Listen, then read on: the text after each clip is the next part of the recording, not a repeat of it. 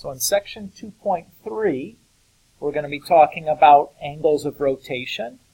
So up into this point, through yesterday, we had been talking only about the situation where sine, cosine, and tangent are linked to being ratios of side lengths of a right triangle. So the only angles of sine, cosine, and tangent that we could address were angles that could occur inside of a right triangle. So basically 0 to 90 degrees. We'd like to extend our definitions of sine, cosine, and tangent so that we can use them on angles of any size. That's what we're going to begin doing here in section 3. So we're going to take the definitions that we've been using for sine, cosine, and tangent and extend them so we can use them in a wider variety of situations. So the first thing that we want to do is come up with a way to represent an angle of any size. So if I asked you to draw a 480 degree angle, it's not totally obvious how you might want to do that, right? Those of you that are at least tangentially familiar with like skateboarding or snowboarding have heard terms like people doing a 540 or something like this, right? Which is something where you jump up in the air and you spin 1.5 times around and then land, is like what a 540 is. Or if you're familiar with like ice skating or something like this, these are all kind of terms are used in those kind of sporting disciplines rather frequently. So we intuitively have a sense that there can be angles bigger than 360, but we maybe don't have a sense of how I would draw that. So this is going to be the idea. What we're going to do is we're going to take the angle and we're going to embed it into the xy axis. This is just our normal xy axis. We're going to set the vertex of the angle at the origin, and we're going to lay one side of our angle on the positive x-axis. We call that the initial side.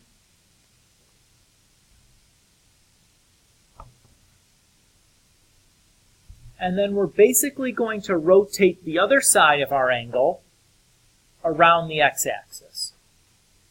So if I wanted to draw the 540 degree angle that we referenced a moment ago,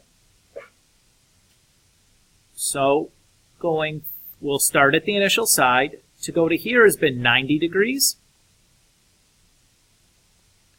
and then now 180, 270, 360, 450, and then 540, and we'll draw the other arm of our angle where that rotation finishes. We call this arm of our angle the terminal side. So when we say the word initial, and what does the word initial mean in just normal English? Like the starting or the beginning, right? When we say terminal, what do we mean there? Like terminate, like the end, right? So the names of the angle, or the arms of the angle here, are intuitively describing exactly what they are. It's the beginning of our angle and then the end of our angle. Everybody okay with that idea? So we can now represent an angle of any size by rotating that angle kind of about the x-axis. Notice for this angle that was positive 540 degrees, we rotated counterclockwise.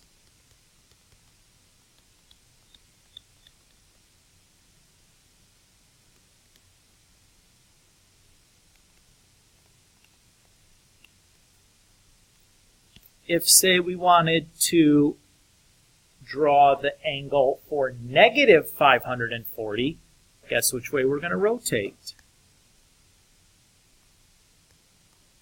the opposite direction, we're going to rotate clockwise. So again, we're going to set our initial side on the positive x-axis. The initial side always starts on the positive x-axis. And this time we're going to rotate clockwise. So 90, 180, 270, 360, 450, and then negative 540.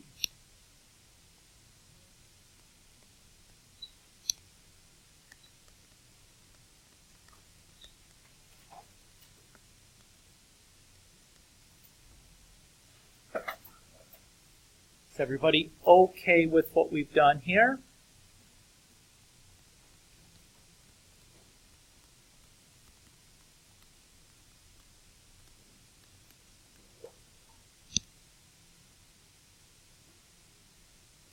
If I compare visually my 540 degree angle with our negative 540 degree angle, did you notice anything? Yeah, the terminal sides are in the same location. Everybody agree with that? We have a special name when that happens.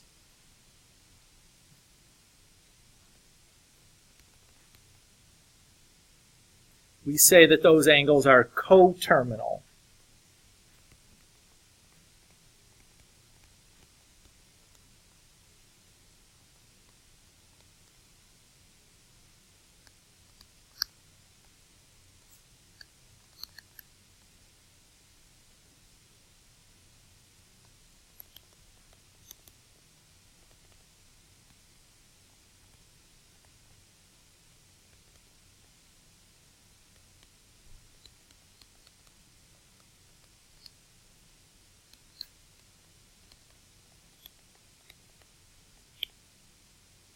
So we say that those are coterminal angles, are things like 540 and negative 540 that have different measurements.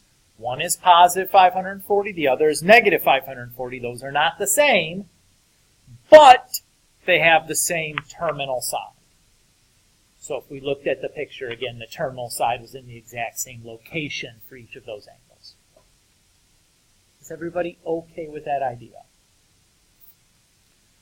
So we might think from this previous example that an angle and the negative of that angle are always going to be coterminal.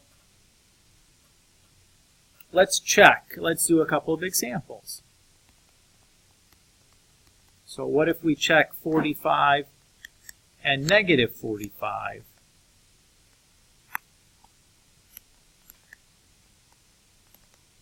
What if we want to check if these are coterminal? How could I do this?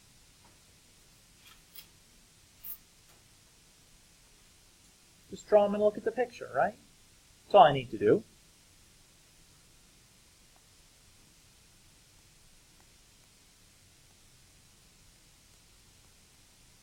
So if I'm drawing the 45 degree first, again, I start with my initial side on the positive x-axis. 45 degrees is about there.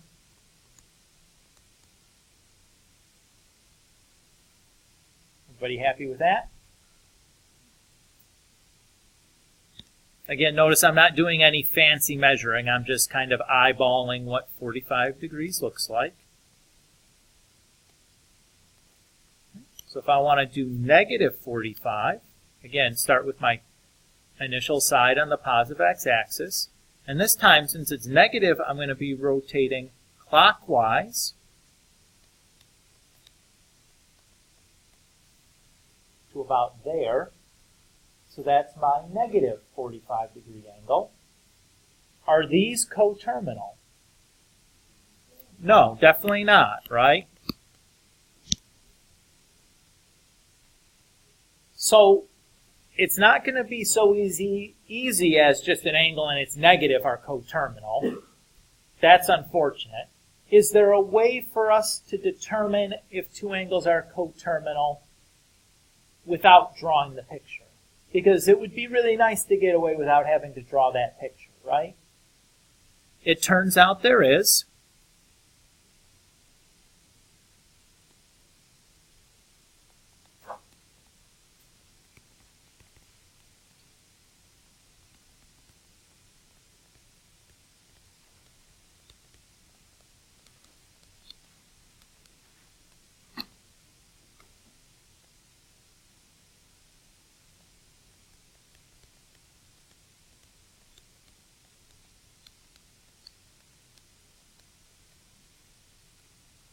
So we can determine, or we know that all angles coterminal to an angle theta are of the form 0 plus 360 times k, where k is an integer, so like a positive or negative whole number. So for example, if I want to find two angles coterminal to 45 degrees, I can pick a couple of values for k, say just 1 and 2. So I know that one angle that will be coterminal to 45 would be 45 plus 360 times 1, which is 405. And another would be 45 plus 360 times 2, which would be 765. Kendall?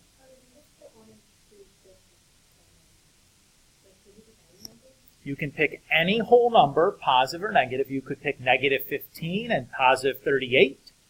It doesn't matter if all you want to do is find two angles coterminal. You have your choice of any integer you want to do that. It does not matter. Now, I happen to pick 1 and 2 because they were small, because it's kind of annoying for those numbers to get really, really big. But as long as you're picking up positive or negative whole number, you're going to get a correct answer. So what can we say about the number of coterminal angles to 45? How many are there?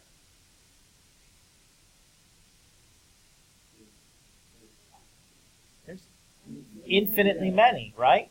Because how many choices do we have for k?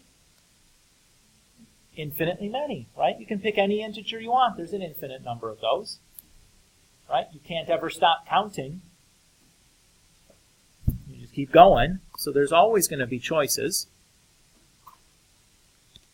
So furthermore, what this allows us to do is it allows us to check to see if two angles are coterminal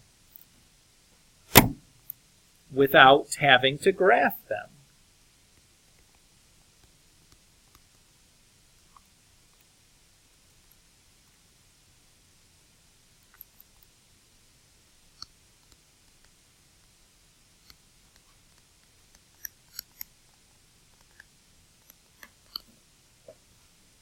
So we might ask, are 38 and 938 coterminal?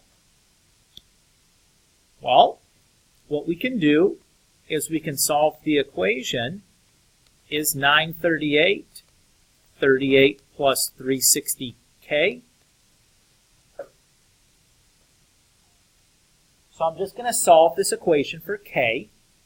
And then depending on the answer I get for k, I'll know immediately if this is coterminal, or if these two angles are coterminal or not. So if I subtract 38 from both sides, I get that. And if I divide both sides by 360, I get 2.5. Now, what does that tell me about whether these angles are coterminal? They're not. For them to be coterminal, what does that k have to be? Yeah, an integer, a positive or negative whole number. So since this is not an integer, I can say 38 and 938 are not coterminal.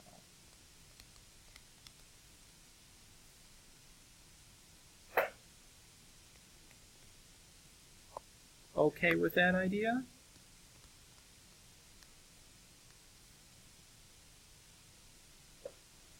Did you guys feel comfortable with that? It's a pretty easy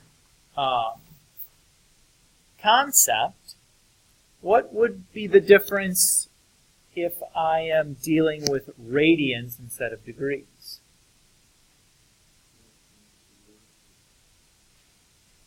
So I could change my radians into degrees and use the previous information. Or, instead of adding 360k, we could add 2 pi k, which is the same. 360 and 2 pi are the same measurement, because I remember that 180 degrees is pi radians. So if I multiply both sides by 2, 360 degrees is 2 pi radians, right?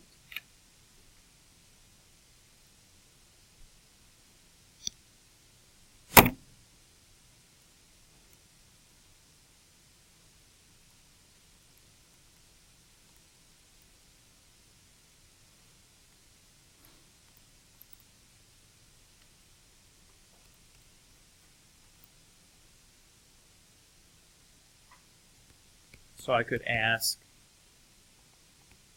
are 11 pi over 6 and negative 7 pi over 6 coterminal?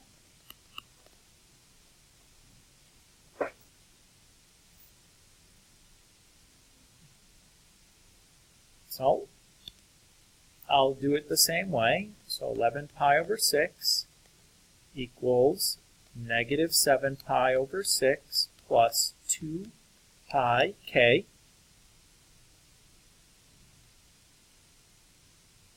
I can then add 7 pi over 6 to both sides.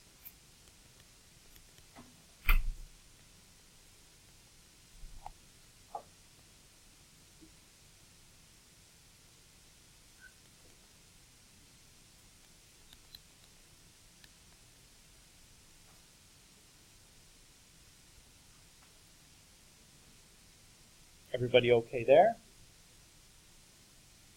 Notice that 18 pi over 6 reduces. What does it reduce to?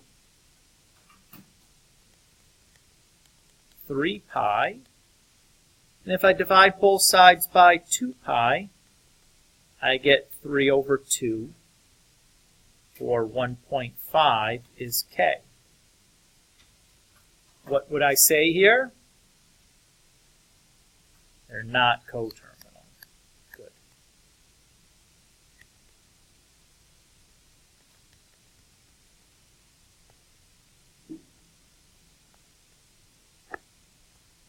So we'd say 11 pi over 6 and negative 7 pi over 6 are not coterminal, since we ended up with a decimal in our answer there, right?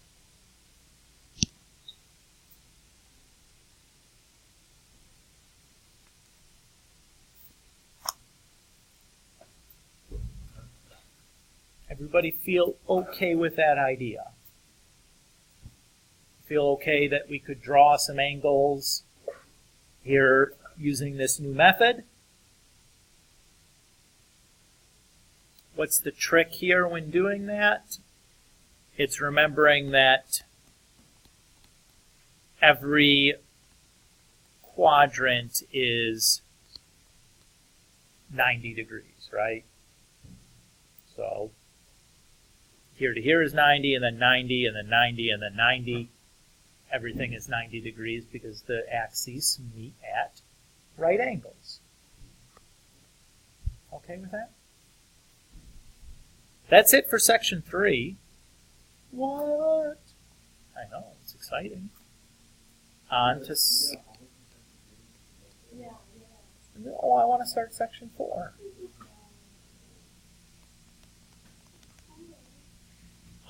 There's a reason I want to do this right away, and it's because it builds immediately onto these ideas that we just talked about. Your day's not even over yet, Holmes. And it's only Tuesday. You can't be pulling it's been a long day already.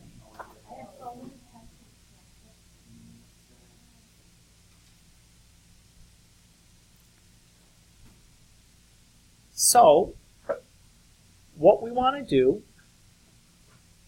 is, again, we talked just a moment ago that the goal here was to extend our current right triangle-based definitions for sine, cosine, and tangent into a situation that we can use them for an angle of any size. So what we did in the previous section was we talked about and developed the method to draw an angle of any size. What we want to do now is figure out how we can use sine, cosine, and tangent on those angles. Okay with that plan? So what we'll do is we're just going to start with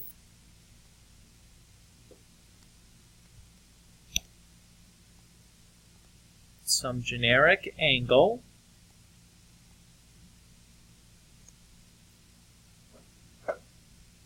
I'm going to call this angle theta.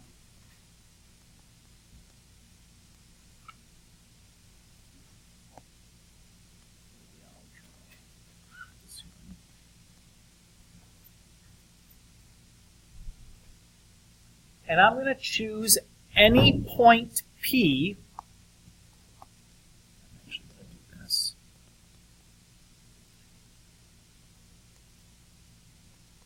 On my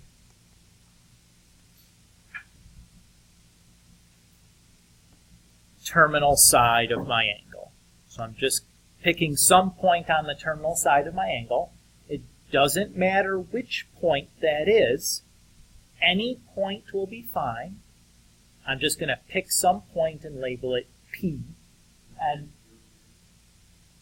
that's supposed to be a theta degrees. Sorry.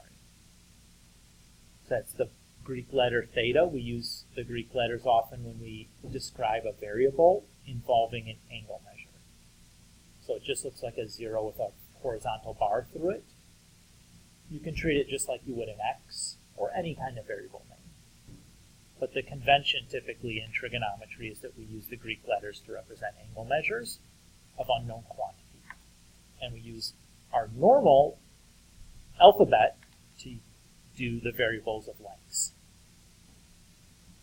It's not a hard rule, but it's just kind of the convention. Okay. So, what we're going to do is we want to describe the coordinates of this point. So if I draw a right triangle, or I'm sorry, if I draw a vertical line back down to the x-axis, you'll notice that what I've done is this has made a right triangle. Everybody see that?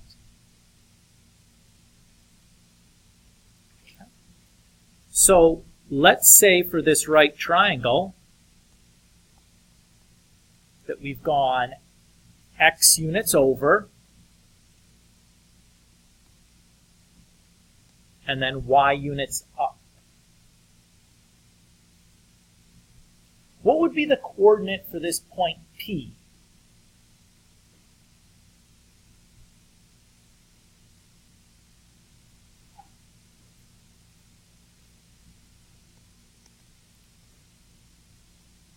Just be xy, right? Since we've gone x units left or right, and y units up or down. Okay with that? But since we have a right triangle here, I can calculate sine, cosine, and tangent for theta using this right triangle.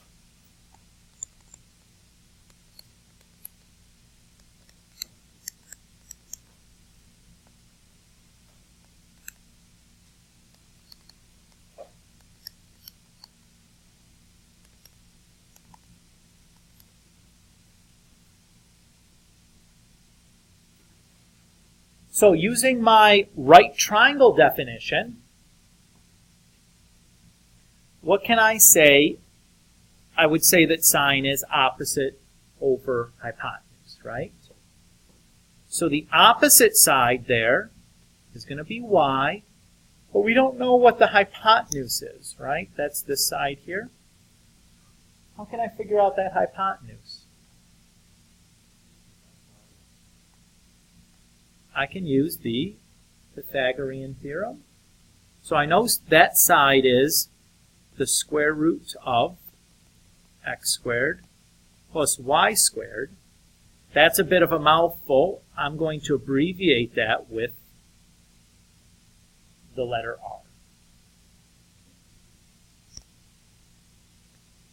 So I can say that sine is y over r. Cosine is adjacent over hypotenuse. So that's going to be x over r. And tangent is opposite, which is the y, over the adjacent, which is the x. And then I remember cosecant is the reciprocal of sine, so that's r over y. Secant is the reciprocal of cosine, so that's r over x. And cotangent is the reciprocal of tangent, so that's x over r.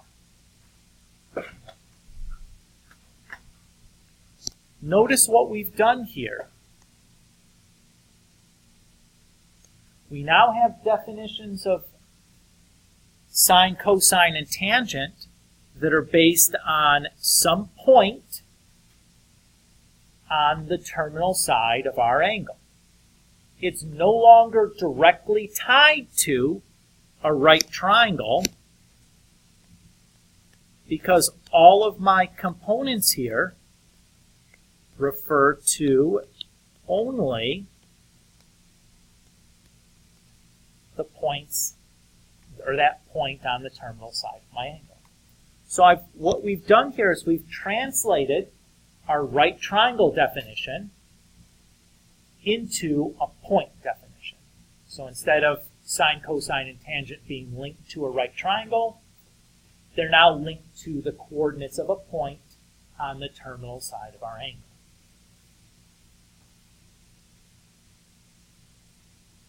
So let's kind of cement this with an example.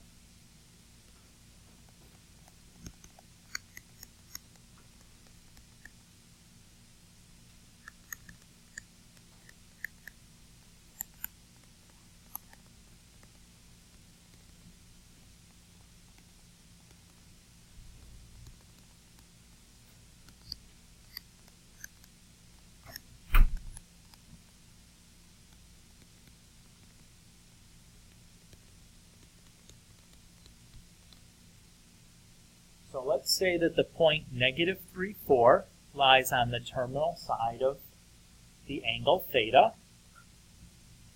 We're going to find the values of all 6 trig functions.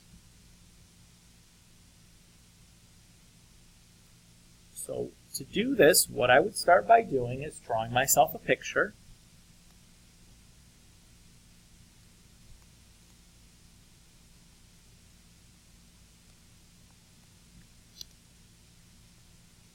So I know the initial side of my angle lies on the positive side of the x-axis, and my terminal side is going to meet, or on my terminal side is going to be the point negative 3, 4, which would be somewhere over here, and this is my angle theta.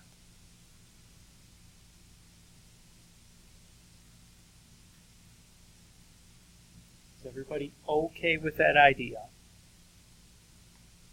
So I know negative 3, 4 is somewhere in that second quadrant. I went 3 units left and 4 units up, right? I guess I should say correct there since I was just saying left and right. That's left, right?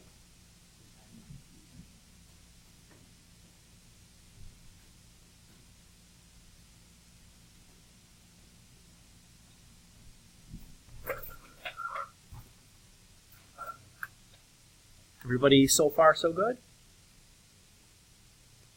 All right.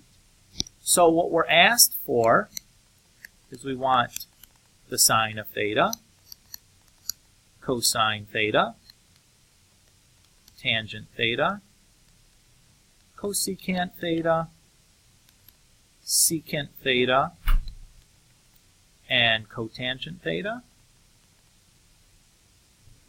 So I know from above that sine is y over r.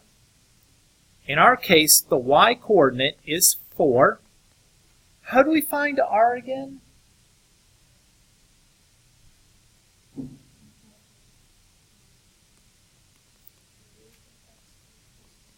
Yeah, it's the square root of x squared plus y squared. So 9 plus 16 is 25, and the square root of 25 is just 5.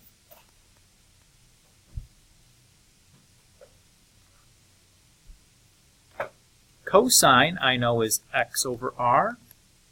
So x is negative 3, and r is 5. Tangent is y over x.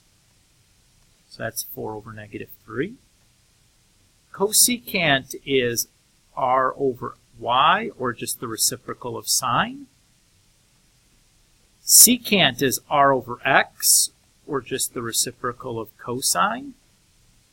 And cotangent is y, or x over y, or just the reciprocal of tangent.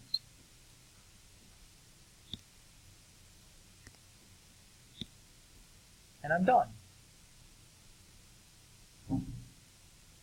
It's not so bad, right?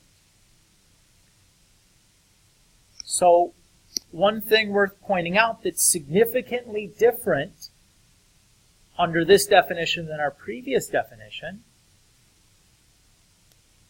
if I look at the values for cosine, for tangent, for secant, and for cotangent, notice in each of those cases the values were negative. This could not happen under our previous definition, because under the previous definition, these ratios were built around the side lengths of right triangles. And I know that lengths of a shape can never be negative, so there would be no way to get negative answers. There are now. So the natural question then is,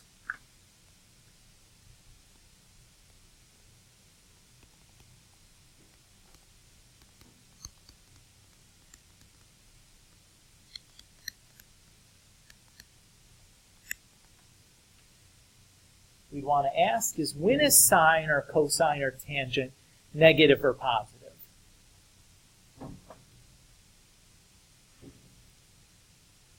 Well, to answer that question, I'm going to start by drawing a picture.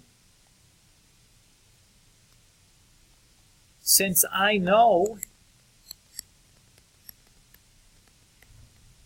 that sine, cosine, and tangent are now linked to the coordinates of this point on my terminal side of my angle, I know determining where cosine, sine, and tangent are positive or negative is going to depend on where the terminal side of my angle lies. Is it in the first quadrant, my second quadrant, third quadrant, or my fourth quadrant? So in the first quadrant, the x is positive and the y is positive. In the second quadrant, the x's are negative, but the y's are positive. In the third quadrant, the x's are negative and the y's are negative. In the fourth quadrant, the x's are positive and the y's are negative. Everybody okay with that idea? That's basic, like, this is the Cartesian plane and where things are at. Everybody's okay with that? All right. Also worth noting here before we start, what can I say about the sine, S-I-G-N, of R?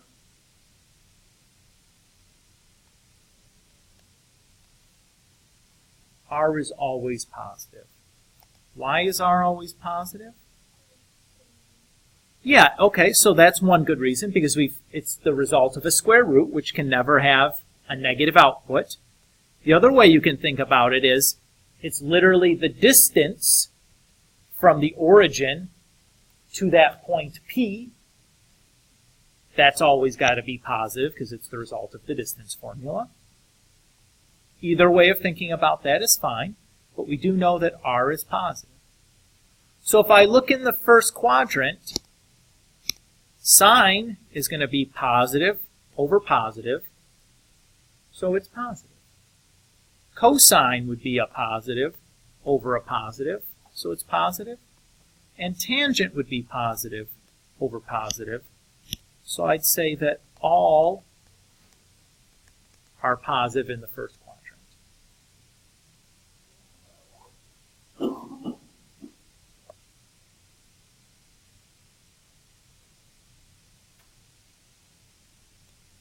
If I look in the second quadrant, here the x is negative. Sine is still going to be positive over positive. But cosine is going to be negative over positive. That's a negative. And tangent is going to be positive over negative.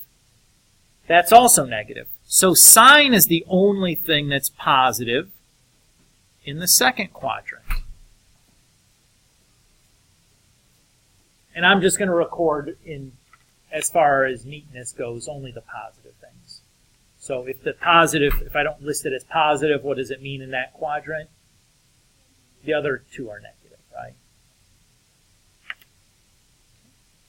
If I look at the third quadrant, here both the x and the y are negative. So sine is negative over positive, that's negative. Cosine is negative over positive, that's negative. And tangent is negative over negative, that's positive. So tangent is positive in the third quadrant. And now if we go to the fourth quadrant, here the y is negative. So sine is negative over positive, that's negative. Cosine is positive over positive, that's positive. And tangent is negative over positive, that's negative.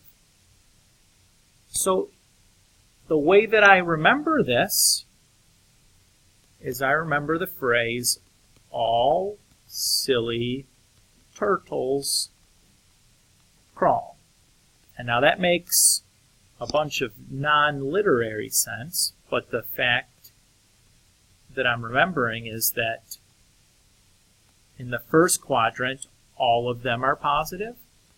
In the second quadrant, sine is positive. In the third quadrant, tangent is positive. And in the fourth quadrant, cosine is positive.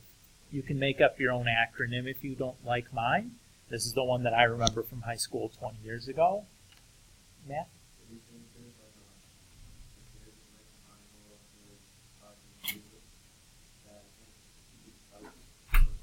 Mm-hmm. Correct. The result of that cosine in this quadrant would be a negative number.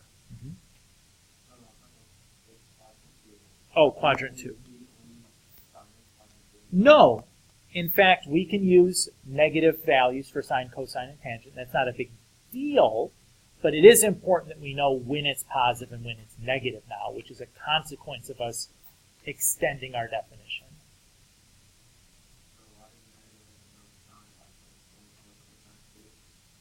So all I've done here is I've just recorded where the specific functions are positive. If it's not positive there, then it's negative. I just didn't write down the negative because if I didn't list it as positive, it's consequently negative.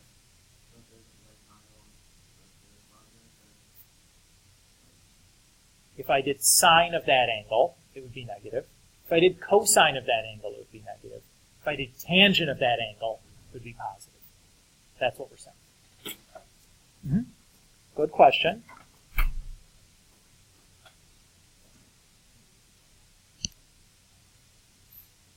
Okay.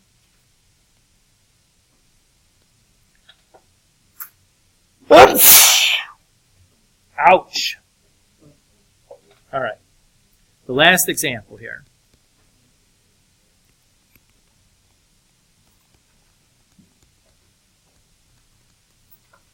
So let's say I want to find cosine of 150 degrees.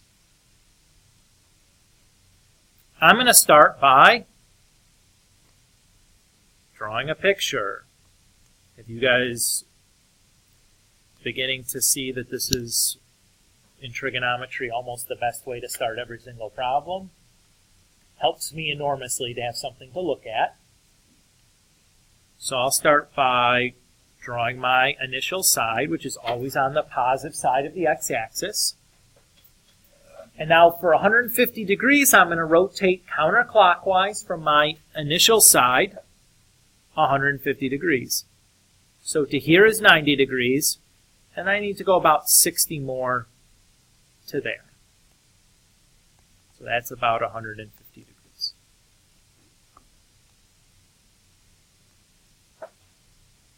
Everybody okay with that? I'm going to pick some point P on my terminal side, and I'm going to draw a vertical line back to the x-axis. I always draw back to the x-axis. I never draw to the y-axis, and make myself a right triangle.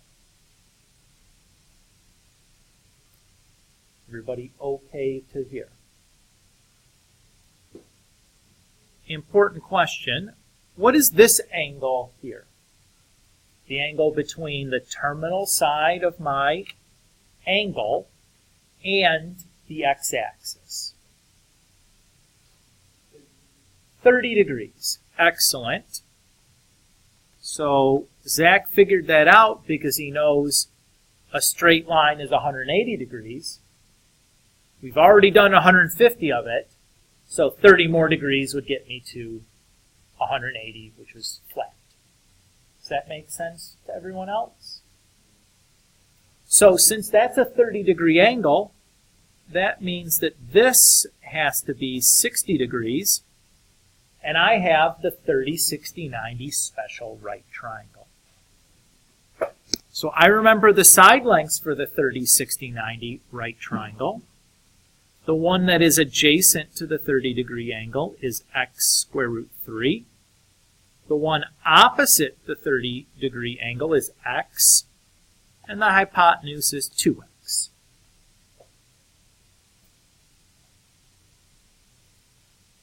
But that's not quite right, because what quadrant are we in? The second quadrant. So going on this x direction, I should be negative. So this should really be negative x square root 3.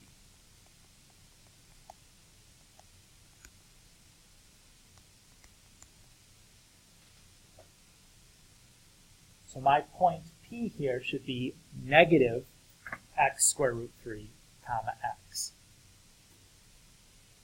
So keep in mind, it doesn't make a lot of sense to label the side of a triangle as a negative, but really we're not labeling an actual triangle. We're describing the location of this point P on the xy axis, which certainly can be negative. Hi, Ms. Garcia. Yes.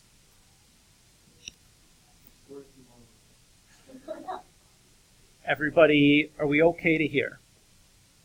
So we're at the final spot here.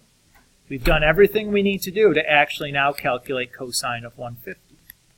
So if I look at this triangle, cosine is adjacent over hypotenuse,